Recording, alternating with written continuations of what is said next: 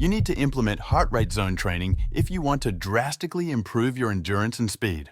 Understanding and leveraging the power of heart rate zones can be the key to unlocking your full potential as an endurance athlete. Heart rate zone training divides your effort levels into distinct zones, each targeting different aspects of your fitness.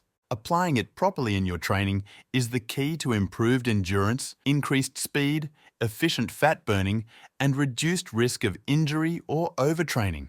We'll cover how you can apply heart rate zone training in a bit. But first, you need to know how you should be monitoring your heart rate.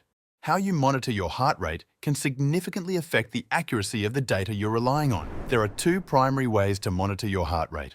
The first option is to use a smartwatch like the Garmin Fenix series. The second option is to use a heart rate monitor strap like the Garmin HRM Pro Plus paired with a smartwatch. You may be asking yourself, why even bother with a heart rate strap if your watch already monitors your heart rate? Watches by themselves can provide a relatively inaccurate reading as your heart rate begins to rise. If your watch is reading high, you may struggle to keep your heart rate down while training in the lower zones. On the flip side, if your watch reads low, you may be putting more stress on your body than you want because you think your effort is lower than it is. For this reason, I highly recommend using a heart rate chest strap. Its reliable accuracy allows you to properly gauge your effort. Heart rate monitor straps and smartwatch affiliate links are in the description. So now that you know training in heart rate zones is important and you have the equipment you need, now what? It's time to calculate your heart rate zones. But first, let's discuss what each zone represents. Zone 1. This is a very light effort, great for recovery or long endurance sessions. This is where you're building your aerobic base, improving blood circulation, and enhancing recovery. Zone 2. A light effort zone that improves basic endurance and teaches your body to burn fat. This is where you should spend the majority of your training.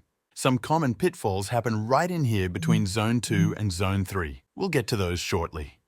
Zone 3.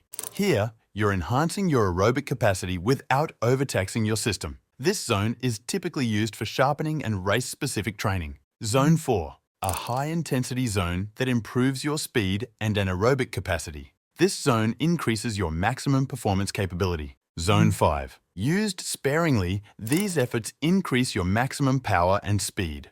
Now that we know what each zone means, it's time to reveal a couple of methods for calculating your heart rate zones. For both of these methods, you'll need to know your maximum heart rate. Your maximum heart rate is the highest number of beats per minute your heart can reach during maximum physical exertion. While there's a general formula, 220 minus your age, it's a rough estimate and can vary widely among individuals. For a more accurate measurement, consider conducting a field test. This can be done by warming up thoroughly and then performing a high-intensity effort to the point of exhaustion. The highest number you see is your max heart rate. Another practical method is to observe your maximum achieved heart rate during a competitive 5K race. Once you've established your maximum heart rate, you can calculate your training zones using this first method. This method simply uses percentages of your max heart rate. Here's a quick breakdown. To calculate your zones, simply multiply your max heart rate by each percentage range. For example, if your max heart rate is 200 beats per minute, Zone 1 would be 100 to 120 beats per minute. The other method for calculating your training zones is to use your heart rate reserve, or HRR.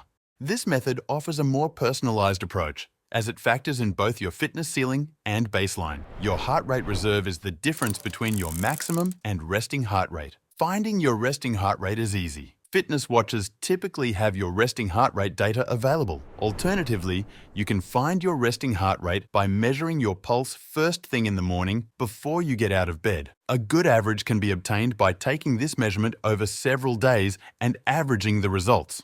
Calculating your zones based on HRR involves a bit more math. The formula is resting HR plus the difference between max HR and resting HR multiplied by the desired intensity.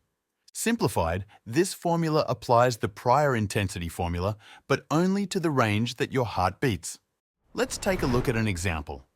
If your max heart rate is 200 and your resting heart rate is 60, your Zone 2 would calculate as 60 plus 200 minus 60 times 0.6. For the lower end, and 60 plus 200 minus 60 times 0.7 for the upper end.